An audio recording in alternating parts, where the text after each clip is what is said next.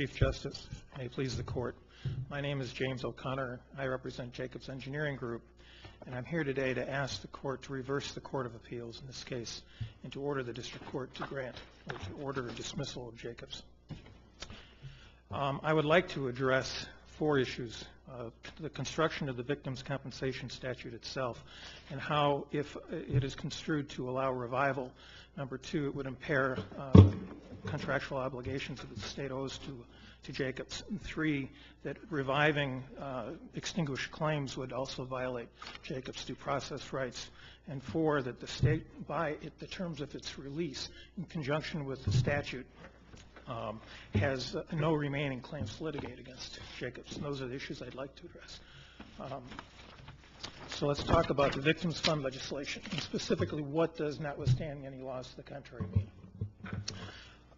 The phrase notwithstanding any contrary laws there's no Minnesota Supreme Court authority that compels the conclusion that that phrase compels the decision that you should revive claims that have been barred by repose. It is not a term of art. It's never been construed to be a term of art by the Minnesota Supreme Court. And as a matter of fact, when the Minnesota legislature has used it in the past, purportedly to attempt to revise or revive extinguished claims, which is what it did in the asbestos revival statute 54122 and in the 1998 amendments to 541051, it used the phrase notwithstanding any laws to the contrary, but it also went on to expressly and specifically reference the fact that its intention is to revive claims that may have been extinguished. It can also do it by selecting a date, an effective date, that is in the past compared to the time of the enactment. And this court requires that in order for legislation to be read retroactively to affect the rights of others, particularly Minnesota citizens, that it should use language that is specific. It should use language that manifests an intent to revive extinguished claims. And it is our contention that the Victims Fund legislation language, notwithstanding any laws to the contrary, isn't specific enough to do that. I did not cite in our brief, and I apologize for the oversight, but we just located two decisions in the Minnesota Court of Appeals addressing this language. And as I said, the Minnesota Supreme Court has not ruled on the issue, has not construed that language as the state would like it to. But in the Breeza case, 706... Counsel, on the word notwithstanding, should we put any import? Well, they sure used that a lot in the statute, didn't they? Think about every time you turn around, there's that word notwithstanding. And so you say it's not strong enough in and of itself, but they use it so many times, they being the legislature, would indicate is that they really did intend this legislation to be separate from anything else that's out there. And so, I mean, you know, if they used it once and, you know, maybe arguing, but it's pervasive. How would you respond to that? With all due respect to the legislature, I think it is too easy to use the phrase notwithstanding any laws to the contrary. It doesn't require them to find laws to the contrary so that they can specifically express an intent. So, but counsel, why aren't we just limited to the plain language? And it seems to me that it's pretty broad. Notwithstanding any statutory or common law to the contrary, the state is entitled to recover from any third party. And I mean, wouldn't it be a reasonable interpretation that that language clearly intends to give the state the broadest possible right to recover against the third party for the collapse of the bridge? Your Honor, I can't argue that the word notwithstanding, the phrase isn't broad. It is definitely broad. And it can be construed to be so broad as to reverse everything that is potentially an obstacle to recovery for the state. On the other hand, this court's precedent requires a manifest intent to to revive claims. And, the notwithstanding language in those cases typically are in the areas where it's pretty heavily regulated. It's an indication by the legislature that in this area, this new rule is going to overrule our prior decisions. But it shouldn't be read so broadly as to eliminate every single obstacle to the state's intent. Because it's just that in that sense it's arbitrary. Well, but counsel what you imply is that there are some limitations, and obviously there is a constitutional limitation, and we'll get into the vested right kind of issue. But as we look at just the statutory construction issue, that's simply the first step in the analysis. What is the legislative intent here? And the second question being, if the intent is clear, then we have to reach the constitutional issue. You're right, Your Honor, and we will get to the constitutional issue in a minute. Well, in fact, if you construe it that way, we have to get to the constitutional issue because it raises some serious due process problems. Counsel, under your construction of the phrase, notwithstanding any statutory or common law to the contrary, what is within that? What is within the scope of that phrase? Well, I believe, Your Honor, it's specifically to overcome the state's right of immunity, and it allows plaintiffs that wouldn't otherwise be able to overcome. So it's about the cap. Well, part of it is about the cap. I'm sorry. Part of it is about the cap, but part of it's also about its sovereign immunity. It has limited sovereign immunity, and it's waived that as well. So those issues, which is if you tailor it narrowly, that's really the only obstacle they had to overcome in order to accomplish. Counsel, now you're tailoring it narrowly like that. Give me a rule of law. We got to construe this, and we got to construct this statute. And I'm seeing you got a continuum here, and you're saying it stops here at the cap and sovereign immunity. And how do we get there in a principled basis? I mean, what's the rule of law? What's the interpretation that gets you where you need to go? There are a few of them. One is the precedent in this court that says that you don't construe statutes to create constitutional crises. So there's one principle that has been lasting for decades. So do you need to find this statute to be contrary to the stated purpose in the statute, which was to compensate the victims? And the answer is no. You don't need to construe the language in such a way as to revive a claim that has been extinguished by the repose statute in order to accomplish what the statute is intended to do, pay the victims quickly. Counsel, would it be your argument that this statute is arguably means two things, and because it arguably means two things, that the court would adopt the meaning that is the meaning that would avoid an unconstitutional result? Exactly, Your Honor. And if we could move to that, I'd like to hear your argument. So what result would be unconstitutional? Well, let's talk. What interpretation would be unconstitutional? Well, the revival of a claim that's extinguished by repose would violate, it would be an impairment of Jacob's contract. Counsel, let me ask you a question about that, a couple of questions. Am I correct that the state is proceeding under a statutory reimbursement claim? Would you agree to that? Yes. Okay. Has any prior statute of repose ever barred a statutory reimbursement claim? There's been no such thing in the history of the Union. There's been no such thing as a statutory reimbursement in any victim's legislation. Although you would agree that there's been, not at common law, but in equity, there were reimbursement claims. That was a common equitable action. And repose cuts off statutory claims, contractual claims, common law claims, everything. Okay, here's my question. The prior statutes of repose cut off contribution claims and indemnity claims specifically, but they don't mention either statutory or equitable reimbursement claims. So my question is how could you have a vested right in a claim that's not mentioned in any of the prior statutes of repose? Your Honor, the statute of repose cuts off any kind of liability. The cases that this court has decided is so broad as to the repose rights of someone who's vested in that repose, it cuts off all liability. Liability that's known, liability that hasn't even been created yet. That's what Weston says. That's what Camacho says. And so it's much broader than simply whether it cuts off indemnity or contract claims. So why then did the legislature in the prior statutes, why did they specifically set apart contribution and indemnity claims? In other words, in the prior statutes, the legislature thought that maybe the broad language it used didn't cover third-party claims like contribution and indemnity. Why set those claims apart if they were covered by the introductory language of the statute? Your Honor, I think they knew it was covered. What they intended to do with the 2007 amendments was to change the rule, and they in fact did that. They changed the rule so that there isn't a right of repose for contribution and indemnity claims from June 30th, 2006 going forward. Although in the prior statutes they did the same thing, right? They set apart contribution and indemnity claims going all the way back to 1965.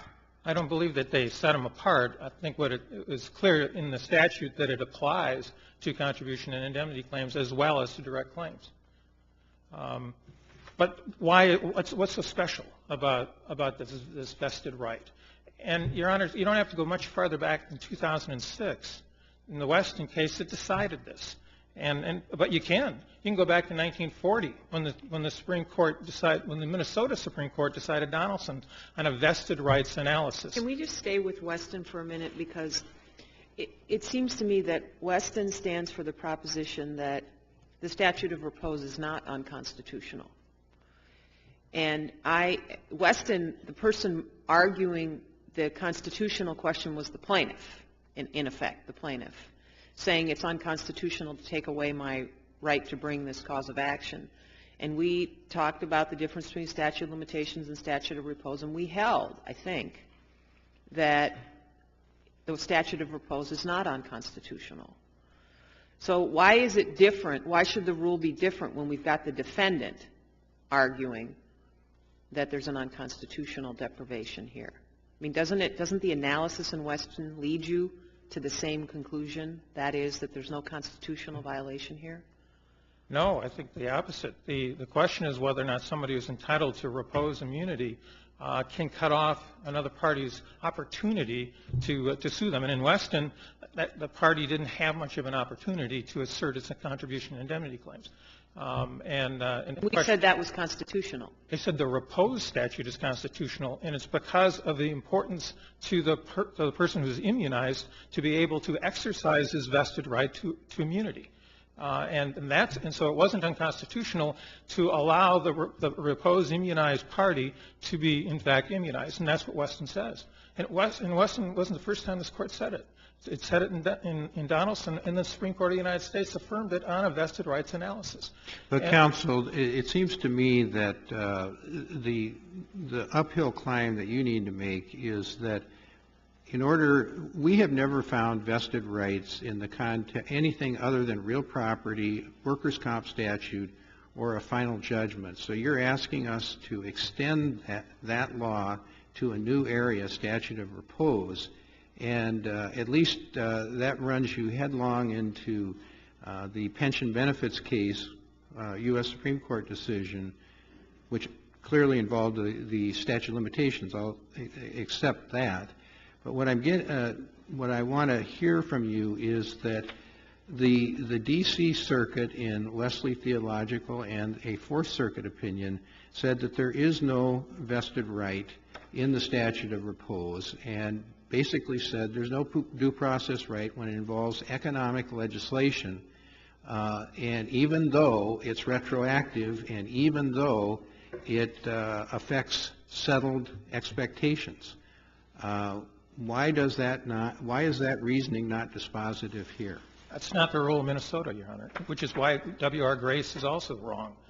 And the Minnesota rule dates back to the 1940s, and it's been consistent all the way up through 2006 when Weston was decided. And it's not a rational basis analysis. It's a vested rights analysis. Yes, but as Justice Deaton says, we've held that our due process clause our analysis under our own due process clause is coextensive with the due process clause of the United States Constitution.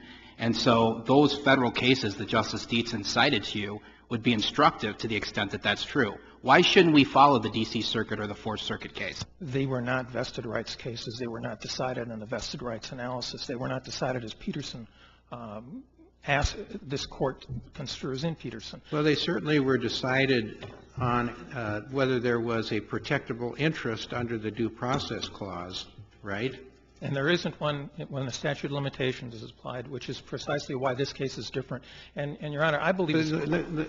Slow down. Let me just back up. You've already conceded, haven't you, that we have never extended this vested right analysis to a statute of repose, right?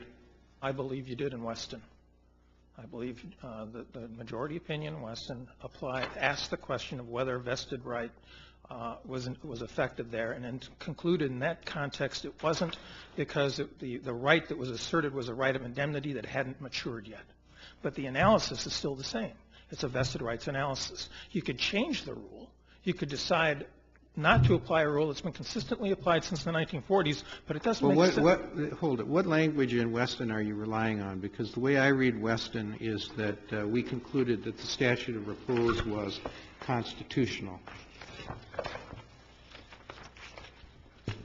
Well, you did rule that the statute of repose is constitutional, and I'll find the site, and when I come back I'll tell you what page it's on. I can tell you it's on page 10 if you print it out on Westlaw, but I can't on the top one. And it's on the right-hand margin at the top right-hand corner. But it did employ a vested rights. I can't argue against what you said, Your Honor, that it ruled that the statute was constitutional in the context in which it was challenged at that time. Well, but that's... Counsel, let me ask you a question. Here's the problem I'm having with your analysis. We've previously held that a statute of limitations is constitutional because there's no vested right. Now, you're asking us to come up with a different rule with respect to a statute of repose. The problem I'm having is the underlying right under either scenario is exactly the same. It's the interest in not being sued, or some sort of abstract economic right in not being subject to liability. And that's really why I'm having problems with your argument. If that's true, how can we possibly differentiate between a statute of limitation and a statute of repose? What about my rights analysis is incorrect? If you believe that a statute of repose and a statute of limitations are interchangeable, then you will affirm the court below, the Court of Appeals decision. You will essentially adopt the Fourth Circuit rule, and you'll adopt another analysis. But you'd have to come to grips with the fact that repose has been treated differently forever in this state. Ever since it was established and ever since it's been construed, the statute of limitations and statutes of repose have been markedly different. And the rule goes back to the United States Supreme Court in the Chase case. So it is different. And it isn't just immunity. If you stand back and think about the context of repose, it isn't just about one party who has the right not to be sued, although certainly my client has the right not to be sued. But it's a legislative indication that after 10 years, the liability and the obligation to maintain the structures in our built environment is transferred to the ones who own it and to the ones who control it and who maintain it, who have the power to evaluate it and decide whether to let it go or not. And that is why to change that rule endangers the public, and also it takes away the vested right of the person who's entitled not to be sued. Well, let me follow up with that for just 1 minute. So this is really your core argument is this is an economic right. I mean, am I incorrect about that? I would not characterize it as an economic right. What would you characterize it as? Well, it is my client's right to have a settled expectations about how to plan its future, what companies to acquire, what due diligence to do, and knowing that before it acquires companies that there is an expectation that it will not be held accountable for decisions that were made 40 years ago. My client never touched the bridge. But those are all economic considerations, aren't they? Am I wrong about that? I mean, whether to buy a company, whether or not they're subject to liability, those are all economic considerations. Well, they are economic considerations to the individual who's trying to plan his behaviors, that's true. But it isn't broad economic general legislation. Well, here's my problem with that, is the U.S. Supreme Court recognized for a very brief period these types of economic rights. It was during the 1920s, 1930s, and 1940s, not in the 1940s, during the Lochner era.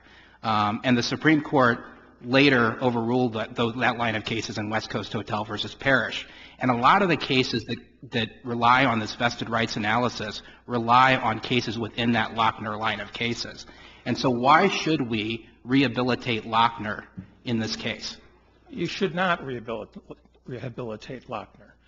You should, however, apply the vested rights analysis that this court has adopted in Peterson and as recently as in the Weston case. There's no reason to throw away the analysis that this court does. Let me try and drill down. Essentially what I hear you arguing is that Jacobs has a protectable due process right in the statute of repose, and once that time period expires, it ripens into a vested right. And what I'm trying to understand is what exactly is it about the nature of that statute of repose right that differentiates it from a statute of limitations so that we should treat it differently? A statute of limitations creates a remedy that allows somebody to assert a claim. Statute of repose entitles a person or an entity to immunity. So, and there's a different rule, and it's a different rationale and a different principle about whether you're trying to create a remedy or whether you're trying to protect the interest of somebody to be immune from any cause of action at all, whether it's existing or to be existing in the future. Counsel, and just make sure we're using the right terms here, because that language at on page 10, column to the left in the upper part says that the statute of repose, on the other hand, is intended to eliminate the cause of action. That's what you're focusing on here? Yes. It's the elimination of the cause of action as opposed to a remedy that's under the statute of limitations. Correct. Let me talk quickly about impairment to contract. Before you move on, I mean, in this due process analysis, I mean, we have said we look at our due process interpretation of the state constitution, same as the federal constitution. But am I following you right, is that you say, well, you don't necessarily care what other states have said about the statute of repose and the elimination of a cause of action. What you're saying is Minnesota has said that it is a vested right. And once Minnesota has said a vested right, there's no inconsistency in looking at the due process clause either on the federal constitution or the state constitution. Am I tracking your you'd be in some trouble if you didn't have what you believe Minnesota law that says that this elimination of a cause of action is a vested right. But you're saying that that's one of the linchpins of your argument. Is that correct? It is, Your Honor. Okay. Is it let me just make sure. Are you saying that it is a vested right in the state constitution as we have interpreted it? I don't believe it would be inconsistent also to be a vested right in the United States Constitution, or due process rights in the United States Constitution. It wouldn't be inconsistent to apply the Peterson rule in a case that involves vested rights. And it doesn't bring up Lochner issues. Well, let me ask you a question that actually came to light when Justice Paul Anderson asked his question. Suppose that that a particular person committed a tort or some sort of cause of action, and under the prior version of legislation, that cause of action was not cognizable. The legislature then, subsequent to the commission of that tort, changed the law so that tort was now cognizable. Would it be and said that the legislation was retroactive and could be applied to any torts that fell within the statute of limitations? Would that be unconstitutional to apply the new rule of the legislature retroactively to cover behavior that occurred before the change in legislation? The legislature is empowered to change laws and apply them retroactively, although it has to do it carefully, and you have to find that intent and follow all those rules. But it can make behaviors accountable when they weren't accountable before. There's got to be something special that triggers an expectation that my expectation is now matured, it's vested, and it's at that point that a legislature may not take it away, because it's at that point that it vests. I don't know how to answer your specific question because I wouldn't know whether it's actually vested. But if the torts occurred, wrongful death. In fact, there's a case, one of the cases we cite, the employer's obligation for death benefits. After the death, it's set in stone. It can't be changed by the legislature. I got 41 seconds to talk a little bit about impairment to contract. The issue here is indemnity. When we wrote this contract, we gave them our promise that we would indemnify them. We'd stand in their shoes. We would defend them. We'd indemnify them. We'd raise every defense that they had, and if we lost, we would pay. That is the obligation that was stolen from us here. When they set up this statutory situation, and they said we'll increase our exposure by 37 times, and we will distribute money. We lost every indemnity right an indemnitor has when he enters that contract. It's an essential part of a construction contract, and that is what is impaired here. And when that happens, I'll talk about that. Thank you, Counsel. You have 10 minutes for rebuttal. Mr. Gilbert.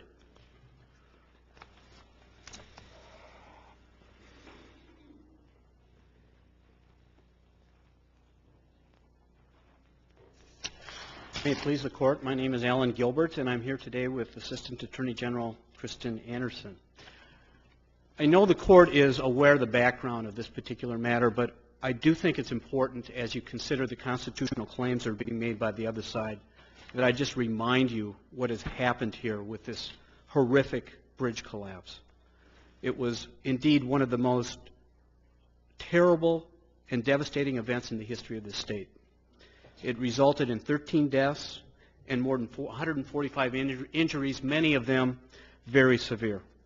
The legislature, our elected representatives, another separate branch of government, immediately held hearings, established an emergency relief fund, and as a result of these hearings and discussions with the governor, the legislature... Counsel, you would agree, wouldn't you, that absent action by the legislature, there might not be any claims, but whether there would be any claims, there would be no recovery from Jacobs. Am I right about that? There would be no recovery from Jacobs? Yes. Yes. The statute of repose would protect Jacobs, correct? Yes. Given that that's true, and I don't want to in any way minimize what you, I think, accurately describe as the horrific losses that were involved here, isn't it troubling that we have the legislature telling businesses and individuals you can rely on the fact that there is to be no claim here until we say you can't rely? Isn't that the same as saying you can't rely on the statutes of the state of Minnesota? Doesn't that come awfully close to undercutting basic principles of the rule of law? Now, I understand there are lots of technical arguments about what we should do here, and those arguments have merit. But it seems to me there is a principle here that is a matter of some concern, and I'm wondering how you address that. Well, the way I address it is by looking at the constitutional jurisprudence in this area. And I think the step that you're missing when you make the comment that you have, Your Honor, with all due respect, is that the legislature has... Lots of people tell me I'm missing steps, so I'm not offended. No, I fully understand. But the point here is that this wasn't an insurance company settling. It wasn't Al Gilbert settling on behalf of the state. This was the legislature passing a law, compensation fund legislation. And I started talking about the background here and the hearings that they held and the interaction with the governor to set the public policy of this state. And the reason that they could do it the way they did it, and it had the effect that you're referring to, is because the laws that the legislature passed as a separate branch of government can be changed. And they can be changed under our Constitution, under both the federal and the state Constitution. Counsel, now you're getting exactly to the part that I'm very troubled with your argument, and that is this, that why is, in Weston we clearly differentiated between statute of limitations and statute of repose. We said a statute of repose is a substantive right, and the language that we said, quote, a statute of repose is intended to terminate the possibility of liability after a defined period of time. Such statutes reflect the legislative conclusion that a point in time arrives beyond which a potential defendant should be immune from liability for past conduct. Now, this Court has never expressed an opinion on whether you can retroactively revive a statute of repose. We have with respect to a statute of limitations, but why isn't a statute of repose different and entitled to be a protected interest under the due process clause? Your Honor, for the same reasons that the D.C. Circuit and the Fourth Circuit have concluded that there's really no difference.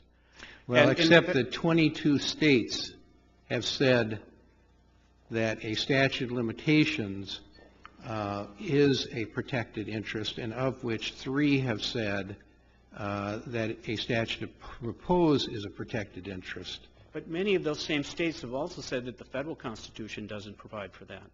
Well, and that it's only the under unique state Constitution that provides for that. And our state Constitution is interpreted the same way as the federal Constitution in this regard. And let me just suggest here that a statute of repose and a statute of limitations both provide for some expiration of a claim based upon the passage of time. And that really is the key, because with the passage of time, the legislature can change the underlying law. This Court has found that as to statute of limitations, they can do that. And it's only because the legislature has the ability to change laws. That laws are changed by the legislature, they have that authority. The statute of repose is no different. Counsel, can I ask you to address the asbestos statute that opposing counsel brings to our attention? Now, we're moving off the constitutional issue here and going back to the statutory construction issue. Yes. And the argument is made that, look, the legislature knows how to revive claims that have expired or for which the defendant carries immunity, however you want to characterize it. And they did it in the asbestos statute, 541.22 sub 2. They specifically used the word revived. Now, they didn't do that here in the compensation statute. So doesn't that difference, isn't that a meaningful difference and lead us to a different result? No, it's not at all a meaningful difference, Your Honor. The Goldman case, which this Court decided as well, concluded you don't need to separately revive a claim. Right, but now we're back to the issue about whether statutes of limitation are different from statutes of repose. I mean, Goldman was a statute of limitation, and in Weston we said very clearly statutes of repose are different. Well, you said, no, what you said in Weston is that it's a substantive provision. In Camacho, you said that it's a procedural limitation of statute of repose. These words are just tossed around, Your Honor. I think Counsel, we don't just toss around words, and okay. I think we are pretty explicit. Statute of limitations, procedural. Statute of repose, substantive. That's not what you said in Camacho. In Camacho,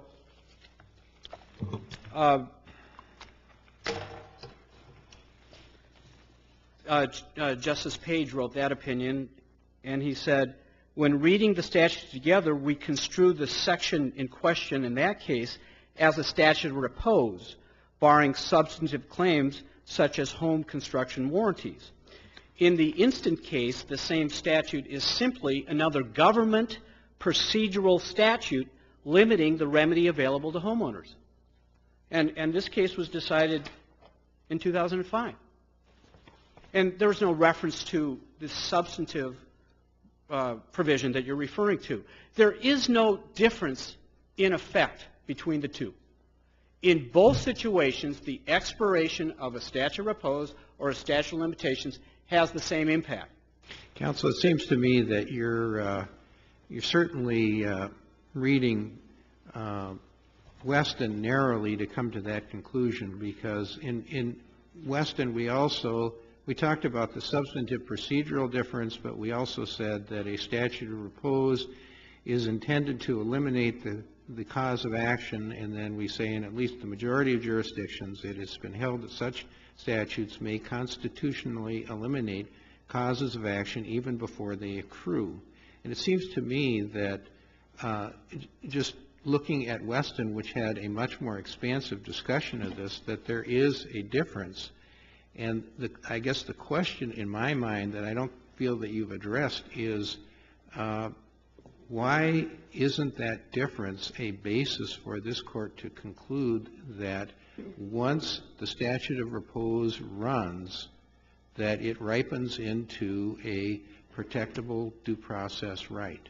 Again, because the legislature can still change the law under those circumstances. That's what the National Railroad case said.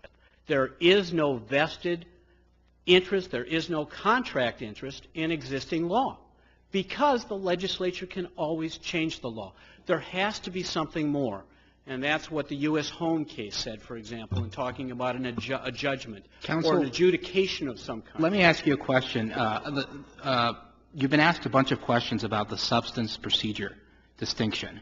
I'm going to ask another hypothetical. I asked opposing counsel this, and I think you can really help me here. Let's suppose that we do have immunity for some public officials in Minnesota, legislatively.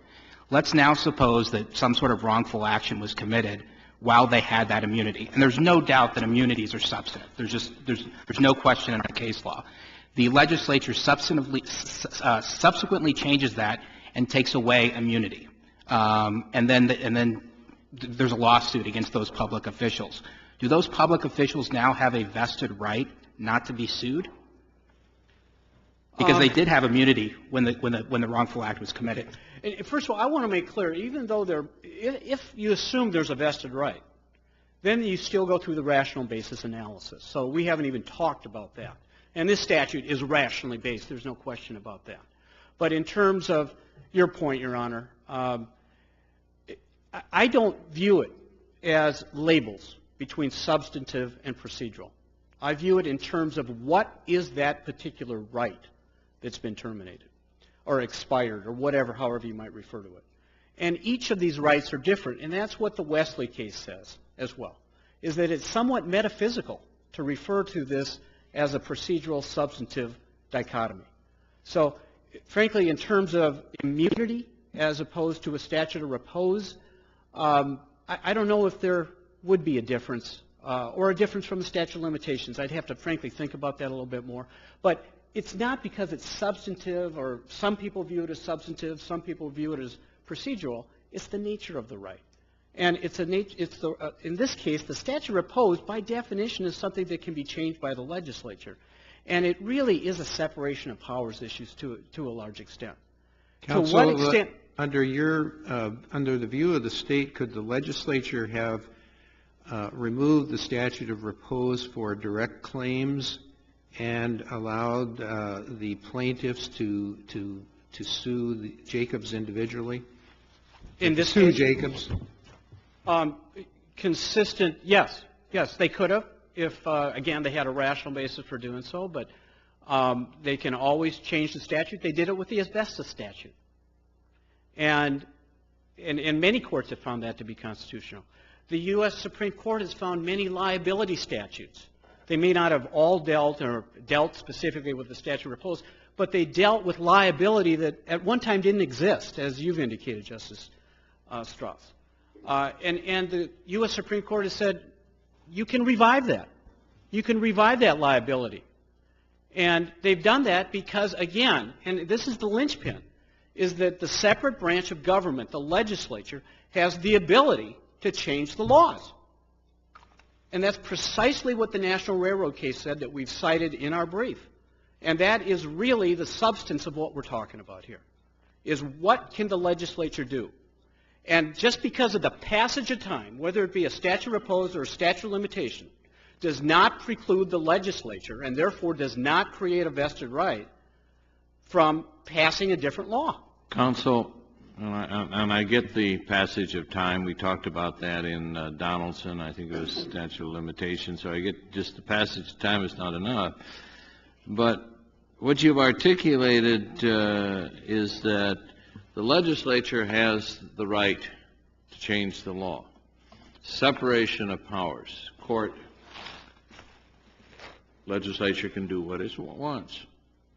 It can't, though. We have a number of cases where we say there are certain things the legislature can't do.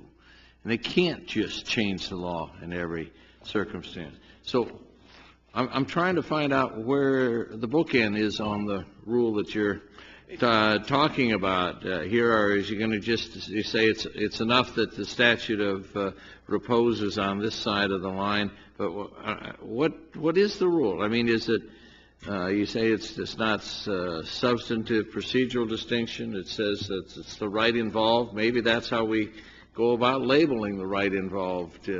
That's the core principle when we say if on one side it's substantive procedure. What is your rule? I mean, I'm a little scary is that if we adopt your argument, it's an unfettered mandate to the legislature. Your Honor, let me just clarify. I certainly agree. The legislature can't do anything it wants. But at the same time, this Court owes deference to the legislature in terms of policy judgments it makes. And again, and that's what I'm trying to find out is where's the point that we owe deference? But let me just quote from the National Railway case. It says that a law is not intended to create private, contractual, or vested rights, but merely declares a policy to be pursued until the legislature shall ordain otherwise. So, but by the grace of the legislature, Jacobs, which didn't have a statute of repose at the time they did the work for the state, and then the statute of repose was changed many times since then, and now the statute of repose has been changed so that it doesn't protect them. They're claiming sometime in the middle, because of the grace of the legislature, they now are immune from a lawsuit. So does that mean that you would argue that our vested rights jurisprudence with respect to real estate, well, final judgments are probably in a different category, but at least let's say with respect to real estate is wrong and we should reverse that as well? Not at all. Not at all. That is a recognized vested right. There is no recognized vested right for something like a statute of repose, similar to a statute of limitations, where just by the passage of time, because of a statute passed by the legislature, it precludes the legislature from changing the statute. Well, but isn't the troubling aspect of this case that the legislature has singled out one entity? The legislature hasn't said all claims against bridge failure in Minnesota are now without a statute of repose, that we're going to revive everything. I mean, this is really the legislature saying claims against this individual company can now be made. And it seems to me that that's constitutionally prohibited. Well, first of all, it's not just... And that isn't the asbestos case, because there the claims were revived against anyone in the industry who caused or contributed. I mean, here you have one business for one course of conduct relating to one structure.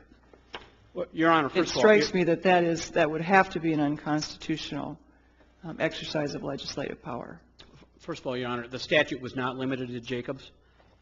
The statute reads that notwithstanding any statutory or common law to the contrary, the state is entitled to recover from any third party. Well, there aren't any other third parties. Sure there are. Two of them have already paid money to the state to settle the claim. But the statute of repose doesn't, this isn't being revived as to them. They had not, their statute of repose right had not yet vested. As to PCI and URS, that is true, Your Honor. But again, the statute on its face doesn't differentiate. It doesn't say that this only applies to Jacobs. But, Your Honor, this... Counsel, but does it only apply to the I-35W bridge? Yes, it does, Your Honor. So that's pretty specific. How many bridges do we have in the state of Minnesota? How many bridges have collapsed? That's the point. And that's what I'm trying to say, Your Honor. The legislature has the right... How many bridges have the potential of collapsing? I mean, is it... Well, I hope none. I hope so, I hope too. none. This is an unusual event, and the legislature has every right to react to it in a responsible and rational way, which is exactly what it did. And that's my point. This was a devastating event in the history of the state of Minnesota. Read the findings of the legislature. They held hearings and they decided with the governor that we are going to settle our claims. And you know what? We're going to do it right away. So these... Well, Counsel, you know, the state enjoys immunity up to a certain cap. I mean, so a devastating loss means that the legislature can suspend immunity? It means under the circumstances, yes. It can do what is appropriate and rational under the circumstances. For one loss? For one loss. 13 people died. One event. One event. It was a horrific event. Absolutely they have the right to react to that. That's what our elected representatives are all about. to respond to this. The state of Minnesota... So let me just understand, your rule of law is that engineering and architectural firms doing business in Minnesota, if we decide the case the way you want it to, will no longer have any basis for doing business here, because the legislature at any moment, if there's a failure of a structure, can write a law that says our statute of repose will not apply to that failure of this structure. I mean, that on a case-by-case basis, the legislature can revive claims. Your Honor, I understand what you're saying. And what I'm saying is, who would do business in the state of Minnesota if that were the rule of law here? How many businesses are going to be concerned that if they get a $300 million contract to build a bridge, that bridge is going to collapse and they're going to have liability?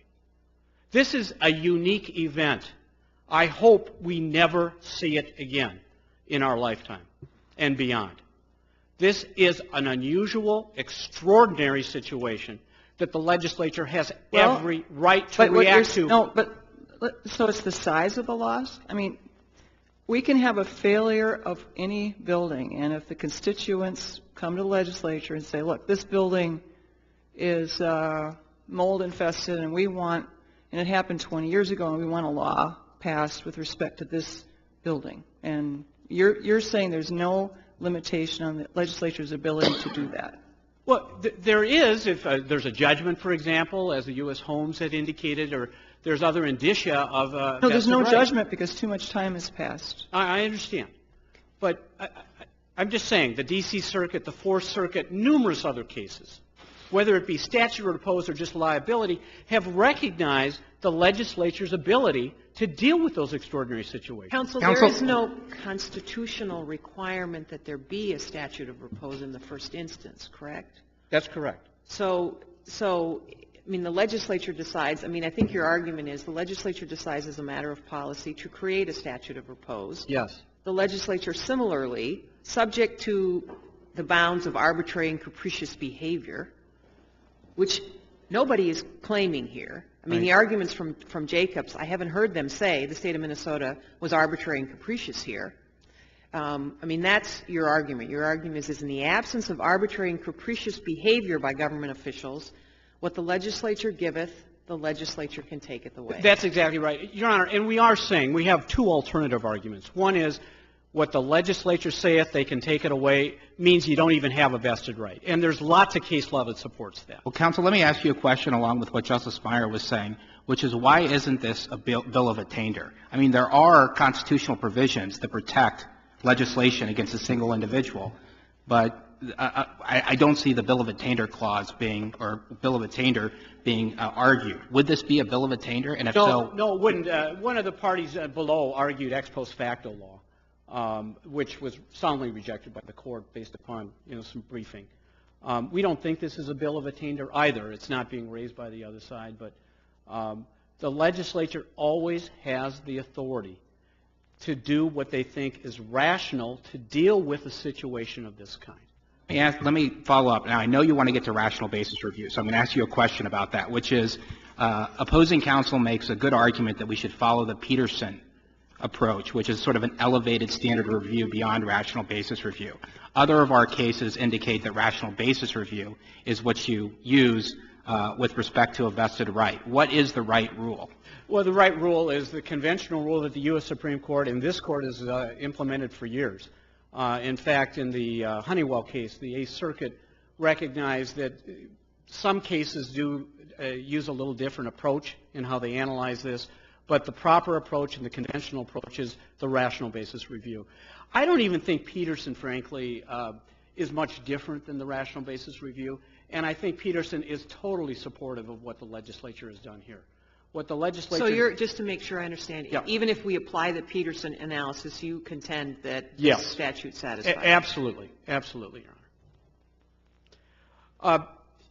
In terms of the impairment of contract issue, and I've got a minute and a half, Mr. O'Connor, the threshold issue there is whether there truly is a right to zero tort liability. And that's precisely the way it was phrased before the argument was phrased before the district court and the Court of Appeals. They've changed it a little bit, window dressed it a little differently. But if you look at the language, there is absolutely no right of zero tort liability in the language of the indemnity clause. The indemnity clause is plain on its face, how it's written. It applies to any claims of whatsoever character that might be asserted. And also, I just wanted to mention, there's a number of alternative arguments we set forth in our brief about this, but one issue that Justice Anderson, you decided, or you wrote the Philip Morris case in 2006 that talked about the unmistakability doctrine. And that doctrine provides that unless the language is unmistakable, that the government, the legislature, does not waive its sovereign powers. In this case, that would be to provide for a different tort cap than what was provided for initially. So that provision as well supports the position of the state. But when you look at, as the Court of Appeals did, the language of the clause, the surrounding circumstances at the time that the contract was entered into in 1962, just the many times that the legislature has actually waived immunity, the nature of courts and legislatures considering immunity over time, it is just unreasonable for Jacobs or anybody else to suggest that immunity may not be changed in the future. So with that, I see that my time is up, and I thank you very much. Thank you, counsel. Mr. O'Connor, you have 10 minutes for rebuttal.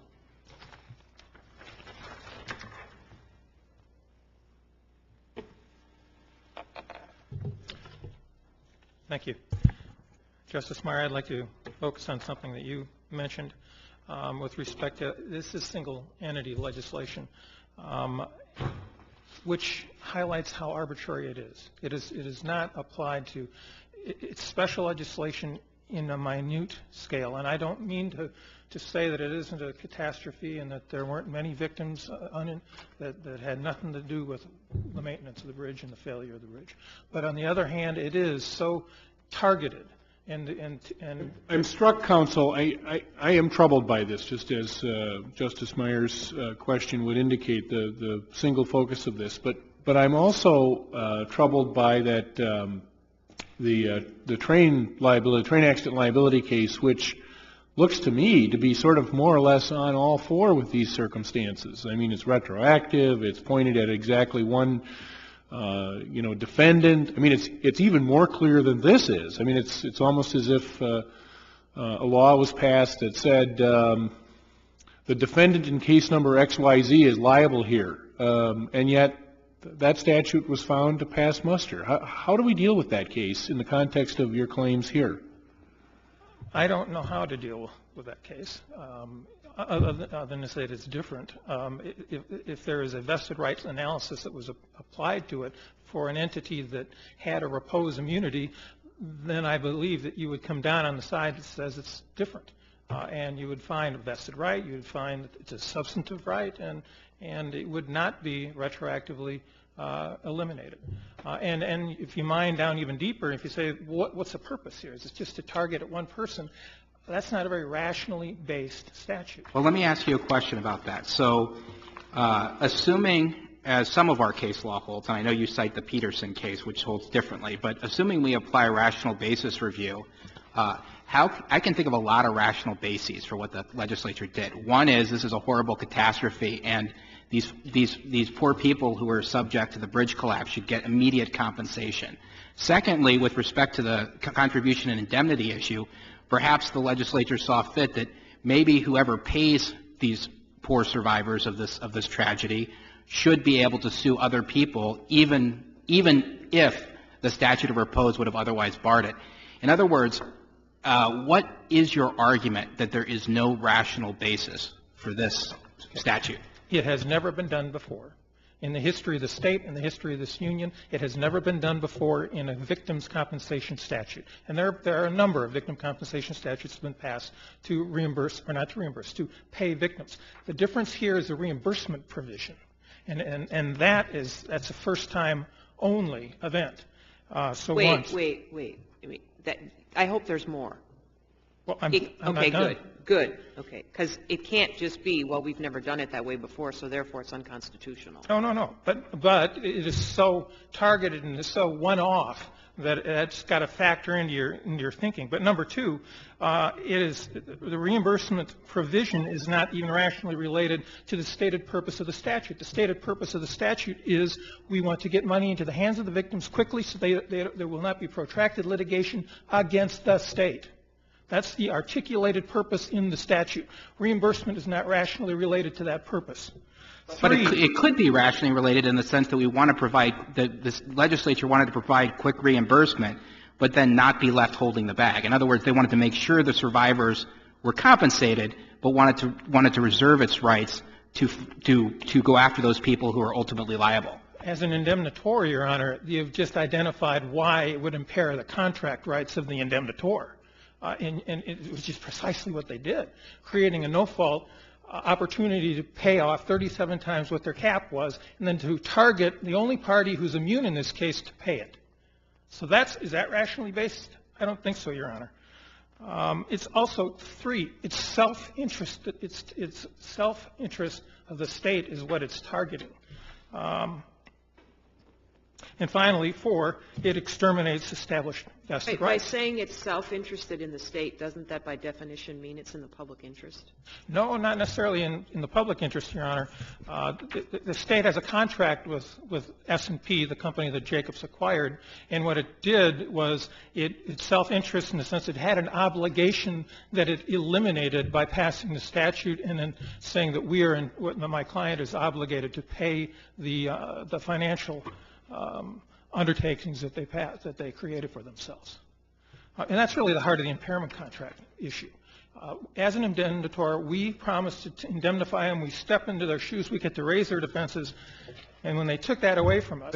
Hold it. You say, isn't the sovereign immunity a defense that's available to the state only? I mean, where in the language of the indemnity clause or the contract does it say that the state is obligated to assert sovereign immunity?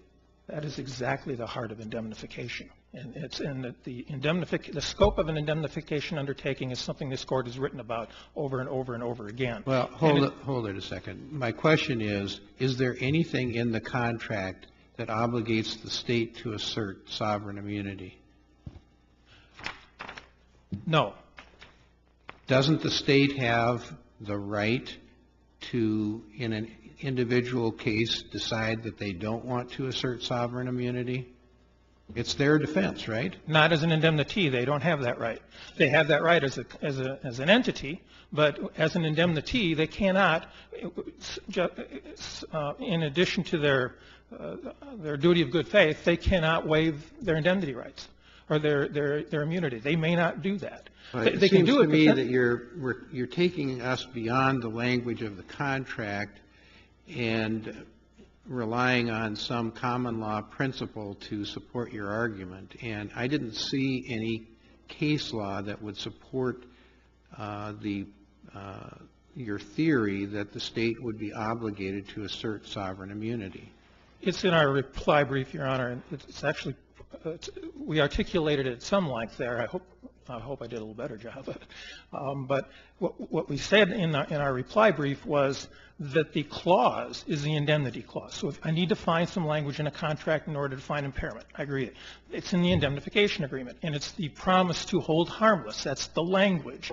The entire clause, an indemnity clause, is the language that I'm raising as what was impaired. And it's like any contract. It has meaning, and it's not just words. It's meaning that's been imbued as a result of the decisions of this Court that have created expectations for contractors and engineers. It's really the heart of construction. Counsel, help me out here. Help me out here. Is that let's assume that this whole thing comes down before the statute of repose comes into play, and the state seeks indemnity against your client, and it's paid and seeks indemnity, but did not assert sovereign immunity. Under those circumstances, would Jacobs been able to defend itself, saying state didn't assert sovereign immunity, didn't assert other defenses, so we don't pay because it's more like a voluntary payment because they didn't assert various defenses. Would they have that right then? The state could do what it wants to do, but it would lose its indemnity rights as a consequence of it. And I think that's what you're telling us here now, is that the way this thing sets up, the statute of repose is removed, and you stand without any defense against, other than that you have to pay? Is that, you can't say that the state didn't assert sovereign immunity? It's passed a piece of legislation, said we're going to pay, and so now your rights are compromised? Is that, I mean, I'm trying to get at the heart of what you're arguing here. Well, that is one of the things we are arguing. It's actually twofold, but the most specific and the one that you can get your arms around easy is the fact that as an indemnitor, I own their immunity defense. I get to stand up and I get to make it. But once they waive it, they have placed us in such jeopardy, and we've lost our contractual rights, that they're no longer entitled to indemnity from us. And that is the heart of my contract impairment. Is there another provision? Sure. The scope of an indemnity obligation is one that's established back in the 60s. And back in the 60s, the package of indemnity that we knew we were undertaking when we made the promise was not one of $37 million. As a matter of fact, even after the bridge collapsed, if we stepped into the state's shoes and we indemnified them, of course, they never tendered it to us. They never gave us a chance. But if they did, we'd only have to pay $1 million. And they took that right away from us as well. So the scope is also affected. So is the question of the extent of the liability of your client before us today? That's just one. That's not the issue, actually. It's the constitutional violation of our contractual expectations. So there are issues that remain independent of our conversation here today if we don't rule in your favor. If you don't rule in our favor, we're back in front of the district court and we'll try the case. But we will have lost all of our indemnification rights. I'd like to just close. Yes. A principle, to be a principle, has got to be applied universally and impartially to all cases that it fits. No exceptions for partisan considerations. This was a catastrophe, but it doesn't mean that the principles that this court has espoused in its cases should be ignored. Thank you. Thank you, counsel. Thanks to all counsel for your help in this case. This matter is submitted. We'll issue an opinion in due course.